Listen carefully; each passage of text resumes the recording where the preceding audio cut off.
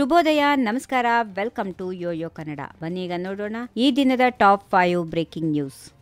ಶಾಸಕ ರಮೇಶ್ ಜಾರಕಿಹೊಳಿ ವಿರುದ್ಧ ಶಾಸಕ ಲಕ್ಷ್ಮಣ ಸವದಿ ವಾಗ್ದಾಳಿ ನಡೆಸಿದ್ದು ತಮ್ಮ ತಾಲೂಕಿಗೆ ಕಾಲಿಡಬಾರದು ಎಂದು ಎಚ್ಚರಿಕೆ ನೀಡಿದ್ದಾರೆ. ನನ್ನಲ್ಲೂ ಸಾಕಷ್ಟು ಶಬ್ದಕೋಶಗಳಿವೆ. ನಿಮ್ಮ ರೀತಿ ನಾನು ಮಾತನಾಡಿದರೆ ಜನರು ನನಗೂ ಸಹ ಮೆಂಟಲ್ ಎಂದು ಕರೆಯುತ್ತಾರೆ. ಹಾಗೆ ಆಗಬಾರದು ಎಂದು ಸೂಕ್ಷ್ಮತೆಯಿಂದಲೇ ಕೆಲವು ಉತ್ತರ ನೀಡುತ್ತಿದ್ದೇನೆ. ನಿಮಗೆ ಮಾನ ಮರ್ಯಾದೆ ಎನ್ನುವುದು ಗೊತ್ತಿದ್ದರೆ ನಮ್ಮ ತಾಲೂಕಿಗೆ ಕಾಲಿಡಬಾರದು ಎಂದು ಶಾಸಕ ಲಕ್ಷ್ಮಣ ಸವದಿ ಆಕ್ರೋಶ ಹೊರಹಾಕಿದರು.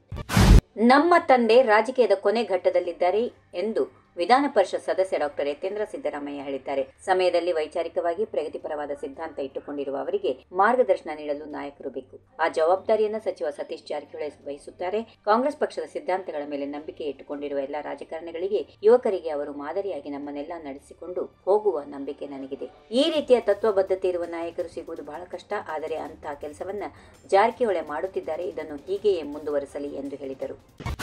ರಾಷ್ಟ್ರೀಯ ಸ್ವಯಂ ಸೇವಕ್ ಸಂಘ ಆರ್ಎಸ್ಎಸ್ವು ಅಧಿಕೃತವಾಗಿ ನೋಂದಣಿ ಮಾಡಿಕೊಂಡಿರುವ ಬಗ್ಗೆ ದಾಖಲೆ ತೋರಿಸಲಿ. ಅನಧಿಕೃತ ಸಂಘಟನೆಯಾಗಿರುವ ಆರ್ಎಸ್ಎಸ್ಗೆ ಎಲ್ಲಿಂದ ಹಣ ಬರುತ್ತಿದೆ, ಬಟ್ಟೆಗಳ ಖರೀದಿ ಹಾಗೂ ಕಟ್ಟಡಗಳ ನಿರ್ಮಾಣಕ್ಕೆ ಯಾರು ಹಣ ಕೊಡುತ್ತಿದ್ದಾರೆ ಎಂಬುದು ಬಹಿರಂಗಪಡಿಸಿ ಎಂದು ಐಟಿಬಿಟಿ ಸಚಿವ ಪ್ರಿಯಾಂಕ್ ಖರ್ಗೆ ಆಗ್ರಹಿಸಿದ್ದಾರೆ. ಆರ್ಎಸ್ಎಸ್ ಸಂಘಟನೆ ನೋಂದಣಿ ಮಾಡಿಸಿಕೊಂಡಿರುವ ಕುರಿತು ದಾಖಲೆ ನೀಡಿದರೆ ಈ ಬಗ್ಗೆ ಪ್ರಶ್ನಿಸುವುದಿಲ್ಲ.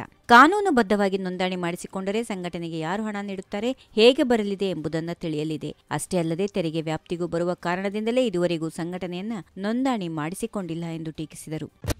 ಮುಖ್ಯಮಂತ್ರಿ ಸಿದ್ದರಾಮಯ್ಯನವರ ಪುತ್ರ ಎಂಎಲ್ಸಿ ಡಾಕ್ಟರ್ ಯತೇಂದ್ರ ಸಿದ್ದರಾಮಯ್ಯ ನಿನ್ನೆ ಬೆಳಗಾವಿಯಲ್ಲಿ ನೀಡಿರುವ ಹೇಳಿಕೆ ಭಾರೀ ಸಂಚಲನ ಉಂಟು ಮಾಡಿದೆ. ಈ ಬಗ್ಗೆ ಸುದ್ದಿಗಾರರು ಸಚಿವ ಸತೀಶ್ ಜಾರಕಿಹೊಳಿ ಅವರನ್ನು ಪ್ರಶ್ನಿಸಿದಾಗ ರಾಜ್ಯದಲ್ಲಿ ಸಿಎಂ ಉತ್ತರಾಧಿಕಾರಿ ಬಗ್ಗೆ ಪಕ್ಷ ನಿರ್ಧಾರ ಮಾಡಬೇಕೆಂದು ಹೇಳಿದರು. ಯತೇಂದ್ರ ಹೇಳಿರುವುದು ತಮ್ಮ ವೈಯಕ್ತಿಕ ಅಭಿಪ್ರಾಯ. ಅಂತಿಮವಾಗಿ ಪಕ್ಷ, ಶಾಸಕರು ತೀರ್ಮಾನ ಮಾಡುವುದು. ರಾಜ್ಯದಲ್ಲಿ ಸಿಎಂ ಉತ್ತರಾಧಿಕಾರಿ ಯಾರಾಗಬೇಕೆಂಬ ಬಗ್ಗೆ ಬಹಳ ದಿನಗಳಿವೆ, ಕಾದು ನೋಡೋಣ ಎಂದರು. ಕಾಂಗ್ರೆಸ್ ಸರ್ಕಾರದ ದುರಾಡಳಿತದ ಕುರಿತಂತೆ ಜನಸಾಮಾನ್ಯರು, ಮಾಧ್ಯಮಗಳು ಹೇಳುತ್ತಿರುವುದನ್ನು ಕೇಳಿಸಿಕೊಂಡಿದ್ದಲ್ಲಿ ಸರ್ಕಾರ ತನ್ನ ಭ್ರಷ್ಟಾಚಾರದ ಕುರಿತು ದಾಖಲೆಗಳನ್ನು ಕೇಳುವ ಪರಿಸ್ಥಿತಿ ಬರುತ್ತಿರಲಿಲ್ಲ ಎಂದು ಸಂಸದ ಬಿವೈ ರಾಘವೇಂದ್ರ ಲೇವಡಿ ಮಾಡಿದ್ದಾರೆ. ಭ್ರಷ್ಟಾಚಾರದಲ್ಲಿ ದಾಖಲೆ ಬರೆಯುತ್ತಿರುವ ಕಾಂಗ್ರೆಸ್ ಸರ್ಕಾರ ಪ್ರತಿಪಕ್ಷಗಳ ಬಳಿ ದಾಖಲೆ ಕೇಳುತ್ತಿದೆ. ಗ್ಯಾರಂಟಿಗಳ ಹೆಸರಿನಲ್ಲಿ ಅಭಿವೃದ್ಧಿ ಕಾರ್ಯಗಳು ಸಂಪೂರ್ಣ ಸ್ಥಗಿತಗೊಂಡಿದ್ದು ಸುಮಾರು 33,000 ಕೋಟಿ ರೂಪಾಯಿ ಬಿಲ್ ಮೊತ್ತದ ಕ್ಲಿಯರ್ ಆಗದೆ ಬಾಕಿ ಉಳಿದಿದೆ ಎಂದು ಗುತ್ತಿಗೆದಾರರ ಸಂಘ ಸಾರ್ವಜನಿಕವಾಗಿ ಆರೋಪಿಸಿದೆ.